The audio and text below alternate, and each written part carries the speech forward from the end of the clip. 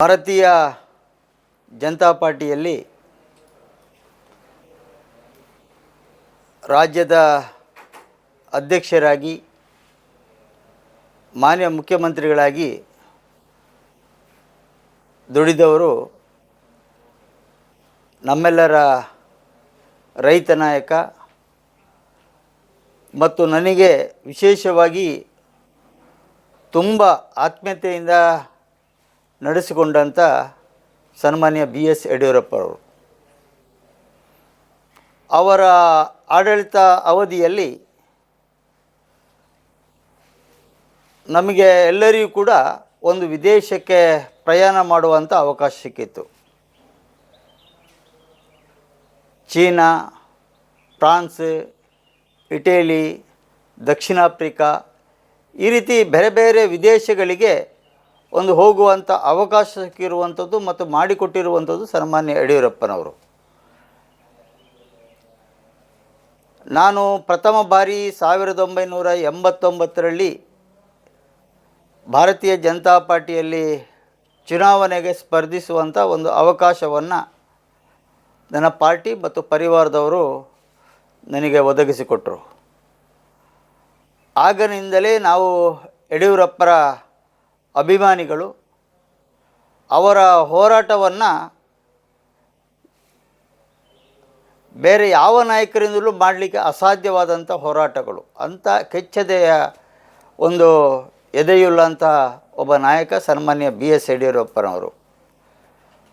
ಅವರ ಒಂದು ಮಂತ್ರಿಮಂಡಲದಲ್ಲಿ ನನಗೆ ಸುಮಾರು 1 ವರ್ಷಗಳ ಕಾಲ ಮೀನುಗಾರಿಕೆ ಇಲಾಖೆಯ ಸಚಿವನಾಗಿ ಕೂಡ ಕೆಲಸವನ್ನು ಮಾಡುವಂಥ ಅವಕಾಶವನ್ನು ಕೊಟ್ಟರು. ಮತ್ತು 3 ವರ್ಷಗಳ ಕಾಲ ಮತ್ತು ಬೊಮ್ಮಾಯಿಯವರ ಸರ್ಕಾರ ಬಂತು. ಅಲ್ಲಿನೂ ಕೂಡ ನಾನು ಮೀನುಗಾರಿಕೆ ಇಲಾಖೆಯಲ್ಲಿ ಕೆಲಸ ಮಾಡುವಂಥ ಅವಕಾಶಗಳು ಸಿಕ್ಕಿರುವಂಥದ್ದು.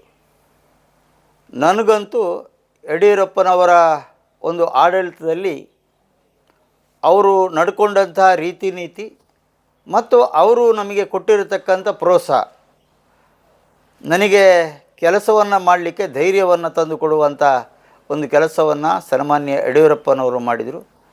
ಅದೇ ರೀತಿ ನಾನು ಸುಮಾರು 9 ಮುಖ್ಯಮಂತ್ರಿಗಳನ್ನ ನೋಡಿದ್ದೇನೆ. 1994ರಿಂದ 2023ರವರೆಗೆ 9 ಮುಖ್ಯಮಂತ್ರಿಗಳನ್ನ ಆಡಳಿತವನ್ನು ನೋಡಿದ್ದೇನೆ. ಅವರು ಮುಖ್ಯಮಂತ್ರಿಗಳಾಗಿ ಸುಳ್ಯಕ್ಕೆ ಒಂದು ಬಂದಂಥ ಸಮಯ,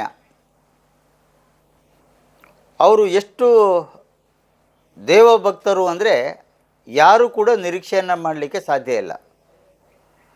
ಚೆನ್ನಕೇಶವ ದೇವಸ್ಥಾನದ ಎದುರುಗಡೆ ಒಂದು ನಾವು ಕಾರ್ಯಕ್ರಮವನ್ನು ಮಾಡಿದೆವು. ಆ ಕಾರ್ಯಕ್ರಮಕ್ಕೆ ಯಡಿಯೂರಪ್ಪನವರು ಬಂದಿದ್ದರು. ನಾನು ಅವರಲ್ಲಿ ದೇವಸ್ಥಾನದ ಬಗ್ಗೆ ಒಂದು ಸಹಕಾರವನ್ನು ಕೊಡಬೇಕಂತ ಕೇಳಿದೆ. ನಾನು ಕೂಡ ನಿರೀಕ್ಷೆ ಮಾಡಲಿಲ್ಲ. ಆದರೆ ಅದೇ ಸಭೆಯಲ್ಲಿ ದೇವಸ್ಥಾನಕ್ಕೆ 1 ಕೋಟಿ ರೂಪಾಯಿಯ ಅನುದಾನವನ್ನು ಮಂಜೂರು ಮಾಡ್ತೇನೆ ಅನ್ನತಕ್ಕಂಥ ಮಾತನ್ನು ಕೊಟ್ಟರು. 2 ದಿನದಲ್ಲಿ ಅದರ ಮಂಜೂರಾತಿ ಆದೇಶ ಪತ್ರ ಕೂಡ ಬಂತು. ಜನ ಈ ಆಡಳಿತದ ಒಂದು ವ್ಯವಸ್ಥೆಯನ್ನು ನೋಡಿ ಆಶ್ಚರ್ಯಪಡುವಂಥ ಒಂದು ಕೆಲಸವನ್ನು ಮಾಡುವಂಥ ಕೆಲಸವನ್ನು ಯಡಿಯೂರಪ್ಪನವರು ಮಾಡಿದರು. ಅದೇ ರೀತಿಯಲ್ಲಿ ಸುಳ್ಯದ ಇವತ್ತು ಏನೇ ಅಭಿವೃದ್ಧಿಗಳಿರ್ಬೋದು, ಆ ಎಲ್ಲ ಅಭಿವೃದ್ಧಿಗೆ ಕೂಡ ಇವತ್ತು ಸನ್ಮಾನ್ಯ ಯಡಿಯೂರಪ್ಪನವರೇ. ಉದಾಹರಣೆಗೆ ನಮ್ಮ ಕಡಬದ ಮಿನಿ ವಿಧಾನಸೌಧ ಇರ್ಬೋದು, ಅದೇ ರೀತಿಯಲ್ಲಿ ತಾಲೂಕು ಪಂಚಾಯತ್ ಕಟ್ಟಡ ಇರ್ಬೋದು, ಮಂಜೂರಾಗಿ 1.5 ವರ್ಷದಲ್ಲಿ ನಾವು ಪೂರ್ತಿ ಬಿಲ್ಡಿಂಗನ್ನು ಮಾಡಿ ಉದ್ಘಾಟನೆ ಮಾಡುವಂಥ ಒಂದು ಪರಿಸ್ಥಿತಿ ಕೂಡ ನಿರ್ಮಾಣ ಆಯಿತು. ಅಂದರೆ ಇವತ್ತು ಯಡಿಯೂರಪ್ಪನವರನ್ನು ಇವತ್ತು ಜನ ಕೂಡ ಯಾಕೆ ಸ್ಮರಿಸ್ತಾರೆ ಅಂದರೆ ಅವರು ಹೇಳಿದ ರೀತಿಯಲ್ಲಿ ನಡ್ಕೊಂಡಿದ್ದಾರೆ, ಅದನ್ನೇ ಮಾಡಿದ್ದಾರೆ. ಅಂದರೆ ಬಾಯಲ್ಲಿ ಸುಮ್ಮನೆ ಮಾತನಾಡೋದಲ್ಲ, ಬದಲಾಗಿ ಕಾರ್ಯದ ಮೂಲಕ ಮಾಡಿಕೊಳ್ಳುವುದರ ಮೂಲಕ ಇವತ್ತು ಜನಗಳ ವಿಶ್ವಾಸವನ್ನು ಗಳಿಸುವಂಥ ಕೆಲಸವನ್ನು ಸನ್ಮಾನ್ಯ ಯಡಿಯೂರಪ್ಪನವರು ಮಾಡಿದ್ದಾರೆ. ಆದರೆ 9 ಮುಖ್ಯಮಂತ್ರಿಗಳಲ್ಲಿ ಸನ್ಮಾನ್ಯ BS ಯಡಿಯೂರಪ್ಪನವರ ಒಂದು ಆಡಳಿತ, ಆ ಗತ್ತುಗಾರಿಕೆ ಮತ್ತು ನಮ್ಮ ಆಡಳಿತ ಅವಧಿಯಲ್ಲಿ ನಮಗೆಲ್ಲ ನಡೆಸಿಕೊಂಡಂಥ ರೀತಿ ಬೇರೆ ಯಾರಿಂದಲೂ ನಾನು ನಿರೀಕ್ಷೆ ಮಾಡಲಿಲ್ಲ. ಆದರೆ ಯಡಿಯೂರಪ್ಪನವರು ಆ ನಿರೀಕ್ಷಿತ ಮಟ್ಟದಲ್ಲಿ ನಮಗೆ ಸಹಕಾರವನ್ನು ಕೊಟ್ಟಿದ್ದಾರೆ.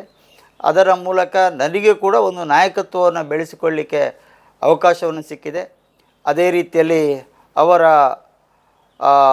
ಸುಮಾರು 50 ವರ್ಷಗಳ ಒಂದು ಸಂಘಟನೆಯಲ್ಲಿ ದುಡಿದು ಮುಖ್ಯಮಂತ್ರಿಗಳಾಗಿ ಕೆಲಸವನ್ನು ಮಾಡಿರ್ತಕ್ಕಂಥ ಈ ಒಂದು ಸಂದರ್ಭದಲ್ಲಿ ಅವರು ರಾಜ್ಯದಲ್ಲಿ ಸುಮಾರು 50 ವರ್ಷಗಳ ಕಾಲ ಸುದೀರ್ಘವಾದಂಥ ಸಂಘಟನೆಯನ್ನು ಮಾಡಿರ್ತಕ್ಕಂಥದ್ದು. ಅವರ ಹೋರಾಟಗಳು ಬಗರುಕುಂ ಇರ್ಬೋದು, ರೈತರ ಹೋರಾಟಗಳಿರ್ಬೋದು, ಎಲ್ಲ ಹೋರಾಟಗಳು ನಮಗೆ ಪ್ರೇರಣೆಯನ್ನು ಕೊಟ್ಟಿರತಕ್ಕಂಥ ಒಂದು ಹೋರಾಟಗಳು ಮತ್ತು ಸಂಘಟನೆಯನ್ನು ಗ್ರಾಮ ಮಟ್ಟದಲ್ಲಿ ಅತ್ಯಂತ ಬಲಿಷ್ಠವಾಗಿ ಬೆಳೆಸಿರತಕ್ಕಂಥ ಒಬ್ಬ ನಾಯಕ ಯಾರದಿದ್ದರೆ ಅದು ಸನ್ಮಾನ್ಯ BS ಯಡಿಯೂರಪ್ಪರವರು.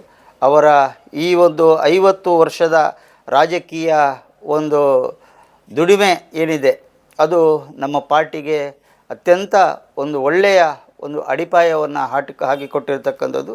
ಅವರ ಈ ಒಂದು ರಾಜಕೀಯ ಅವಧಿಯನ್ನು ಸಮಯವನ್ನು ನಾವು ಇವತ್ತು ಸ್ಮರಿಸಿಕೊಳ್ಳುವಂಥ ಒಂದು ಅವಕಾಶ ಬಂದಿದೆ. ಅವರ 50 ವರ್ಷದ ಒಂದು ಆಡಳಿತದ ಒಂದು ಮತ್ತು ಪಕ್ಷಕ್ಕೆ ದುಡಿದಿರತಕ್ಕಂಥ ಏನು ಸಮಯ ಇದೆ, ಆ ಸಮಯದಲ್ಲಿ ಅವರು ಪಕ್ಷಕ್ಕೆ ಕೊಟ್ಟಿರತಕ್ಕಂಥ ಕೊಡುಗೆಯನ್ನು ನಾವು ಇವತ್ತು ನೆನಪಿಸಿಕೊಂಡು 50 ವರ್ಷಗಳ ಒಂದು ಆಡಳಿತದ ಸವಿನೆನಪಿಗಾಗಿ ಅವರ ಒಂದು 50 ವರ್ಷದ ಒಂದು ನಾಯಕತ್ವದ ಒಂದು ಕಾರ್ಯಕ್ರಮವನ್ನು ಮಾಡುತ್ತಿರುವಂಥ ಈ ಒಂದು ಸಂದರ್ಭದಲ್ಲಿ ಅವರಿಗೆ ಪರಮಾತ್ಮ ಇನ್ನೂ ಕೂಡ ಆರೋಗ್ಯವನ್ನು ಕೊಡಲಿ. ಅದೇ ರೀತಿಯಲ್ಲಿ ಅವರ ನಾಯಕತ್ವ ಮತ್ತು ಅವರ ಪ್ರೇರಣೆ ಏನಿದೆ ಅದು ನಮ್ಮ ಬದುಕಲ್ಲಿ ಕೂಡ ಅಚ್ಚಳಿಯದೆ ಉಳಿದಂತಾಗಿದೆ. ಅವರಿಗೆ ಪರಮಾತ್ಮ ಮತ್ತೊಮ್ಮೆ ಒಳ್ಳೆಯದನ್ನು ಮಾಡಲಿ, ಆರೋಗ್ಯವನ್ನು ಸುಖವನ್ನು ಕೊಡಲಿ ಅನ್ನತಕ್ಕಂಥ ಪ್ರಾರ್ಥನೆಯನ್ನು ಮಾಡ್ತಿದ್ದೇನೆ.